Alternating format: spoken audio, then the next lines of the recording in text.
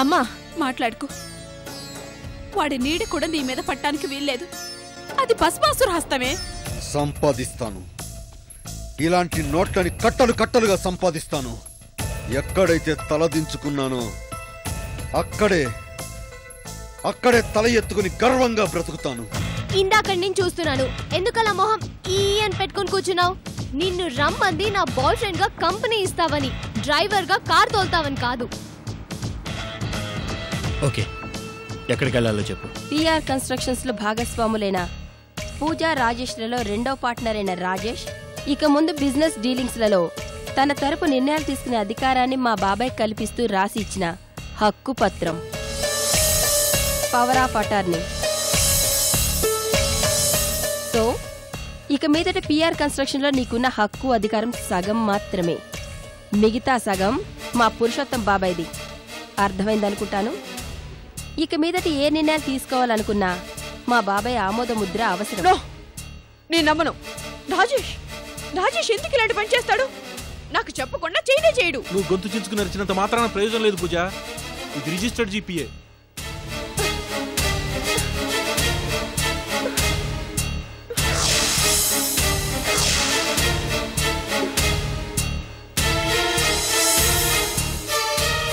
So ఇక మీదట అన్నీ సగం సగం. హక్కుల్లో, అధికారాల్లో. తీర్మానాల్లో, నిర్ణయాల్లో, కాన్ఫరెన్సుల్లో, కంట్రోల్ చేయడంలో. కాదనే హక్కు గాని, వారించే అవకాశం కాని ఎవ్వరికీ లేదు, ఉండదు.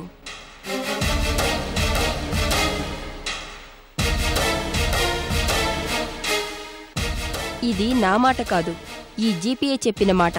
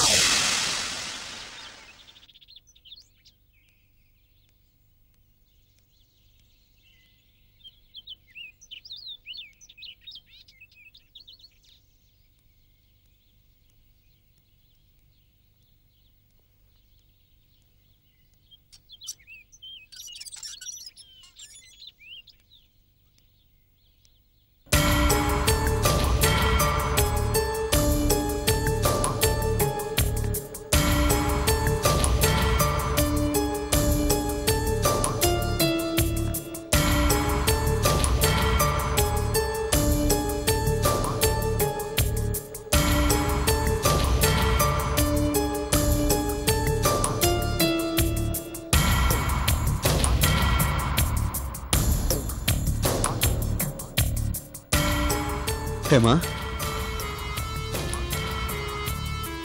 ఎవరది? హేమా, హేమా, నువ్వా? మళ్ళీ ఏ మొహం పెట్టుకునొచ్చా? హేమా ప్లీజ్ ఒక్కసారి తలుపు తెరు. నీతో కొంచెం మాట్లాడాలి. నీతో మాట్లాడాల్సిన అవసరం నాకు లేదు. హేమా అలా అనుకో. నేను తప్పే చేశాను, క్షమించడానికి పాపమే చేశాను. కానీ నీ మీద ప్రేమ లేక కాదు. ప్రేమ తెలుస్తూనే ఉంది. నీకు నా మీద ఎంత ప్రేమ ఉందో. అది కాదు హేమా, నా మాట విను. ఇక్కడి నుంచి వెళ్ళిపో. నీ మొహం చూస్తేనే కంపర పుడుతుంది. నువ్వు ఒక మనిషివి, నీదొక జన్మ. పో ఇక్కడి నుంచి. ప్లీజ్ హేమా ఒక్కసారి తలుపు తెరు. వదలు. నా మాట విను. వదలమంటున్నానా? ప్లీజ్ నీకే చెప్పేది. వదలు. కొంచెం మాట్లాడాలి.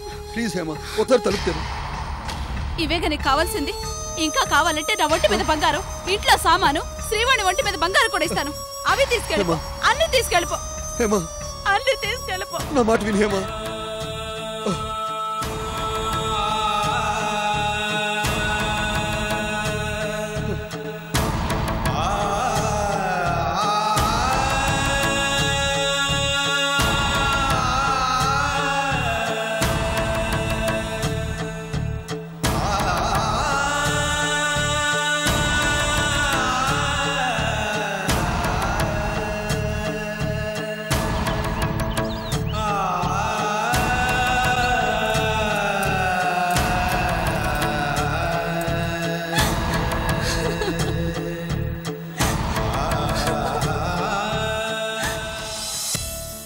తెలివైంది సమర్థురాలు అనుకుంటే పూజ ఇలాంటి నిర్ణయం తీసుకుందేంటి రాజేశ్వరి? ఆ దెయ్యం ఏ విషయం మనతో చెప్పింది గనక ఈ సంగతి చెప్పలేదని ఫీల్ అవడానికి. ఆ పరమహంస దుర్మార్గుడు, వాడి కొడుకు అంతకన్నా నీచుడు. అలాంటి వాడితో బిజినెస్ కోసం చేతులు కలపడం అంటే కోరి కోరి నాశనం అయిపోవడమే. అలా జరిగితే అలిపిరి నుంచి కాదు, ఇక్కడి నుంచే తిరుపతి కొండకి నడుచుకుంటూ వెళ్తాను. ఆ 7 కొండల వాడికి 1000 కొబ్బరికాయలు కొడతాను. రాజేశ్వరి, తప్పు తప్పు రాజేశ్వరి. పూజ మన కోడలు, మన రాజేష్ భార్య. మనం ఆ పిల్ల నాశనం కోరుకోవడం అంటే మన వాడికి మనమే నష్టం కలిగించినట్టు. వద్దు, ఇంకెప్పుడు అలా అనొద్దు. అది చేస్తే లేదు గాని నేనంటే వచ్చిందే. రాజేశ్వరి, మనుషులెప్పుడూ ఒకేలా ఉండరు. పూజలోనూ తప్పకుండా మార్పు వస్తుందని నా నమ్మకం. మార్పు అది జన్మకి రాదు.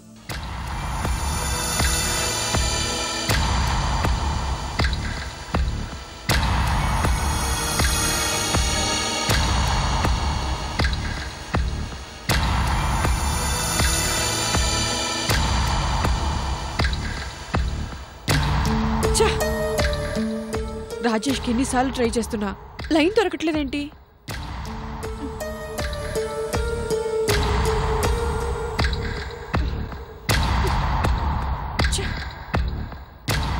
నాతో ఒక్క మాట కూడా చెప్పకుండా రాజేష్ మామగారి పేరు మీద జీపీ ఇవ్వడం ఏంటి?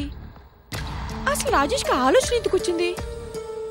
నేనెన్నాళ్ళు ఎవరినైతే నా కాలి కింద చెప్పులా చూశానో అలాంటి వాళ్ళు పిఆర్ కన్స్ట్రక్షన్ బిజినెస్ వ్యవహారాల్లో నాతో సమానంగా కూర్చొని నిర్ణయాలు తీసుకోవడం. ఛ! రాజేష్, ఎంత పని చేసావు? బిజినెస్ మొత్తాన్ని నా ఒంటి చేతి మీద నడిపిద్దాం అనుకుంటే 50% కంట్రోల్ చేసే అధికారం తనకుంది అంటూ నీ తరఫున జీపీఏ హోల్డర్ అంటూ మాట్లాడతాడా ఆ పెద్ద మనిషి? ఇక నుంచి తీసుకోబోయే నిర్ణయాల్లో అన్నీ సగం సగం అని ఎగతాళి చేస్తుందా ఆ సంధ్య? చూస్తాను. నువ్విచ్చిన జీపీఏని అడ్డం పెట్టుకొని మావయ్య గారు నన్నెలా కంట్రోల్ చేస్తారో అది చూస్తాను. Tit for tat. ఈ పూజాదేవి పవర్ ఏంటో ముందు ముందు తెలిసేలా చేస్తాను. మామాశ్రీ ఒక్కడికే కాదు, అందరికీ అందరికీ. పూజ, నువ్వు అనవసరంగా టెన్షన్ పడకు. మీ మామగారి పేరు మీద జీపే ఇవ్వడంలో అల్లుడు గారి ఉద్దేశం ఏమిటో కూడా కనుక్కుందాం. ఇంకేమిటి కనుక్కునేది? పూజ ఒక్కతే ఇన్నాళ్లు బిజినెస్ చేసింది, ₹1 కోటి లాభం సంపాదించింది. అది తెలిసి కూడా అల్లుడు గారు ఈ పని చేశారంటే పూజ మీద పూర్తిగా నమ్మకం లేనట్టేగా? లేనట్టే కాదు మమ్మీ, లేనందుకే ఈ పని చేశాడు. వాళ్ళ ముందు నన్ను తలదించుకునేలా చేశాడు. ఇప్పటిదాకా నా చేతుల్లో కీలు బొమ్మలా ఉన్న అత్తామామలకి మాట్లాడే తెగింపు, ఆలోచించే ధైర్యం వచ్చాయి. ఇంకా లాభం లేదు. ఇప్పుడే రాజేష్కి ఫోన్ చేసి మీ ముందే సంగతి ఏంటో కనుక్కుంటాను. అమ్మి తుమ్మి తేల్చుకుంటాను. పూజ, నువ్వు తొందరపడద్దు. నా మాట విను. అసలు విషయం తెలుసుకోకుండా నువ్వు తొందరపడి నోరు జారితే రాజేష్కి నీ మీదే అనుమానం రావచ్చు. అదే జరిగితే కథ మొత్తం రివర్స్ అవుతుంది. అవును పూజ, ఏం చేసినా అల్లుడు గారికి తెలియకుండానే చెయ్యాలి. తెలియకుండా ఎన్నాళ్ళు సాధ్యపడుతుంది? ఏదో ఒక రోజు తప్పకుండా తెలిసి తీరుతుంది. ఆ రోజే గనక వస్తే ఏం మాట్లాడాలో, ఎలాంటి నిర్ణయాలు తీసుకోవాలో కూడా నేను డిసైడ్ చేసే ఉంచాను. నే చెప్పేది కూడా అదేనమ్మా. బయటపడే రోజున ఇటు బయటపడుతుంది. ఈలోగా నువ్వే తొందరపడడం నీ ఫూలిష్నెస్ అవుతుంది. అయితే ఇప్పుడు ఏం చేయమంటావు డాడీ? ఆ పురుషోత్తం గారు నాతో సమానంగా కూర్చొని బిజినెస్ మ్యాటర్లు డిస్కస్ చేస్తూ ఉంటే చూస్తూ సహిస్తూ నోరు మూసుకుని కూర్చోవాలా? అలా ఎందుకు చేస్తావు? నోరు మూసుకున్నట్లు నటిస్తావు. నువ్వు మాట్లాడకుండా అన్ని ఆ పరమహంసే మాట్లాడేలా చేస్తావు. పురుషోత్తానికి పరమహంసకి ఎటూ పడదు కాబట్టి అవకాశం దొరికినప్పుడల్లా అవమానించేలా చేస్తావు. బిజినెస్ లో తన నిర్ణయాలు ఎందుకు పనికిరావని మీ మామగారు తనంతట తానే తల వంచుకొని పక్కకు తప్పుకునేలా చేస్తావు. అప్పుడు అర్థమైంది డాడీ. కత్తితో పొడిస్తేనో రివాల్వర్తో కాలిస్తేనో అది హత్య. పొమ్మనకుండానే పొగపెట్టి మాటలతో హింసిస్తే అది ప్రతీకారం. సీన్లోకి ఎంటర్ అవ్వకుండానే ఆ సీన్నే మార్చేయడం, మాట వినపడకుండానే తన మాటే చెల్లేలా చేసుకోవడం మీ కూతురికి ముగ్గుపాలతో పెట్టిన విద్య. చూస్తూ ఉండండి. ఈ చదరంగం ఆటలో ఒక్క పావును కూడా చంపకుండా ఆటని ఎలా రక్తి కట్టిస్తాను. రక్తం చుక్క నేల రాలకుండానే రాజ్యాన్ని ఎలా హస్తగతం చేసుకుంటాను.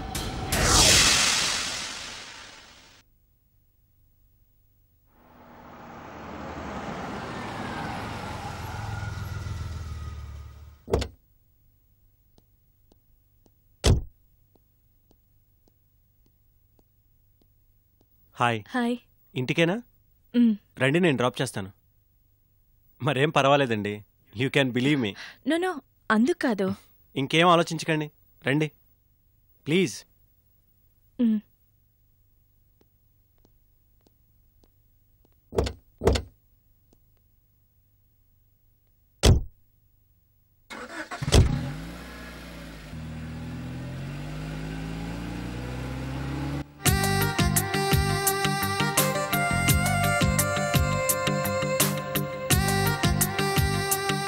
థ్యాంక్స్ అండి.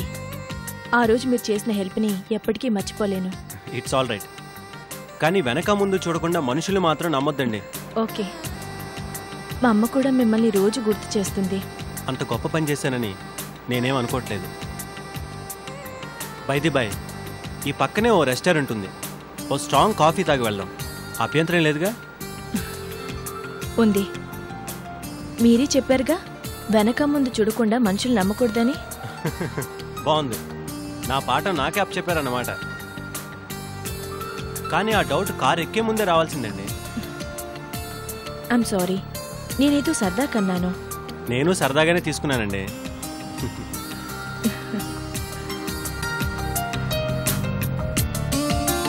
ఏం తీసుకుంటారు? Just a strong coffee. That's all. Bearer, 2 strong coffee. రెస్టారెంట్కి తీసుకొచ్చి ఉట్టి కాఫీతో సరిపెడతారా? ఇప్పుడేగా కాఫీ చాలన్నారు. అది క్షణం ముందు. I see. మీకు ఇప్పుడేం కావాలి? మీకు ఐస్ క్రీమ్ అంటే ఇష్టమా? Of course. 2 ice cream with gulab jamun. Yes madam. మీ నిర్ణయాలు చాలా ఫాస్ట్గా మారిపోతాయి అనుకుంటాను. నా నిర్ణయాలు ఫాస్ట్గానే కాదు, సిచ్యువేషన్ని బట్టి కూడా మారిపోతుంటాయి. అలాంటి సిచ్యువేషన్ ఇక్కడ ఏముంది? ఉంది. ఉన్నా మీలాంటి బొద్దుగాళ్ళకి కనిపించదులేండి.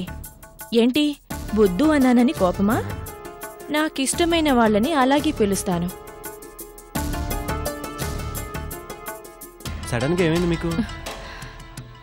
ఎవరినో చూస్తే ఏదో అయిందిలేండి. అన్నట్లు మీరు స్టేట్స్లో చదవచ్చారు కదూ? అవును. ఎందుకు? ఇక్కడ ఏం చదువుకొని వాళ్ళు కూడా ఫోజులు కొడుతున్నారు. ఆవిడ గారు కామెంట్ చేసేది నీ గురించే. తెలుస్తూనే ఉంది. అదేంటో లాటరీ తగినట్టు కొంతమంది రాత్రికి రాత్రే రిచ్ అయిపోతూ ఉంటారు. ఓవర్ నైట్లో వాళ్ళ లెవెల్ పెరిగిపోతుంది, ఫోజులు ఎక్కువైపోతుంటాయి. నువ్వనేది ఎవరి గురించి శ్రీవాణి? అర్థం కాలేదా? మీకు అర్థం కాకపోయినా ఏం పర్వాలేదు. అర్థం అవ్వాల్సిన వాళ్ళకి అన్నీ తెలుస్తూనే ఉన్నాయిలేండి.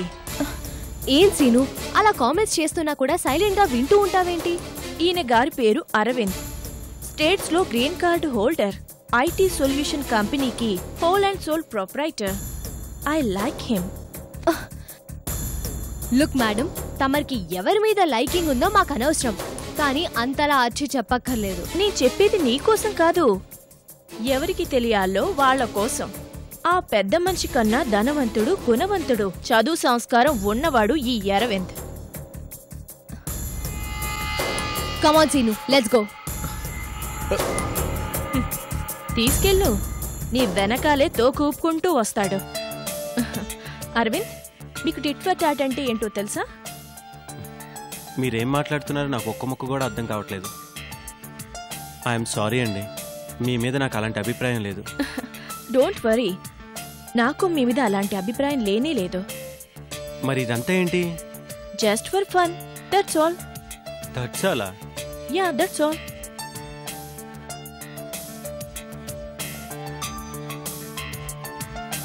బటర్ స్కాచేగా? అవును. Okay. Sorry, order cancel. Sir, madam చెప్పారుగా ఆర్డర్ క్యాన్సిల్. నేను ఒక్కడినొచ్చినా పోయేది.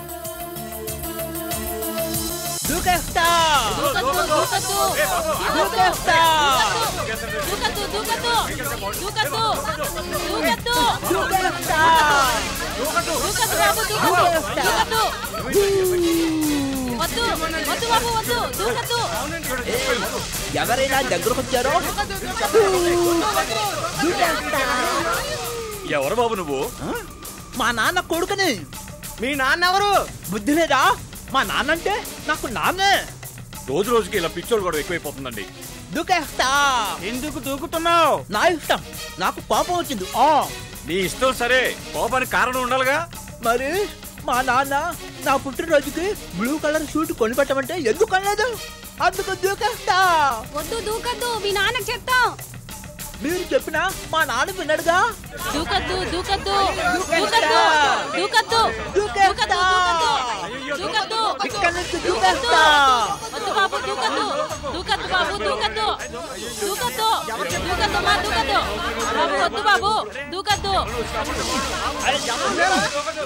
పిచ్చి బాగా ముదిరిపోయినట్టుందండి. నేను తాగను.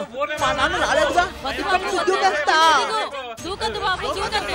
వద్దు బాబు వద్దు, కింద పడిపోతావు. వద్దు బాబు దూకద్దు బాబు, కిందకి దిగు బాబు. దూకేస్తా. కిందకి దిగు బాబు. వద్దు బాబు దూకద్దు దూకద్దు దూకద్దు దూకద్దు దూకద్దు దూకద్దు దూకద్దు. వద్దు బాబు దూకద్దు. అరే ఆగండి సార్, మీరు వెళ్తే దూకేస్తాడు.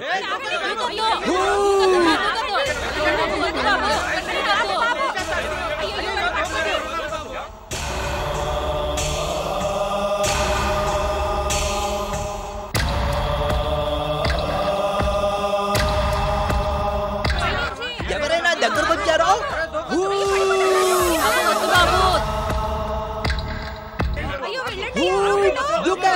ఉదయ్ బాబు దూకద్దు.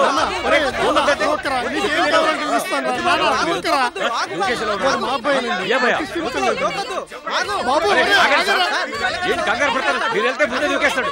ఆగండి, చెప్పిన మాట ఆగండి.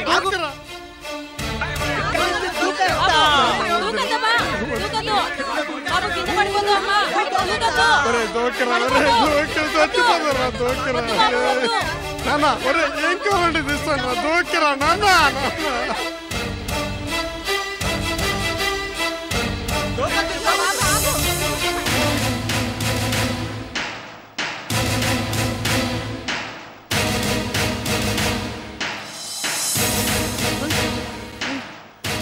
దగ్గరకు వచ్చావంటే నిజంగానే దూకేస్తా.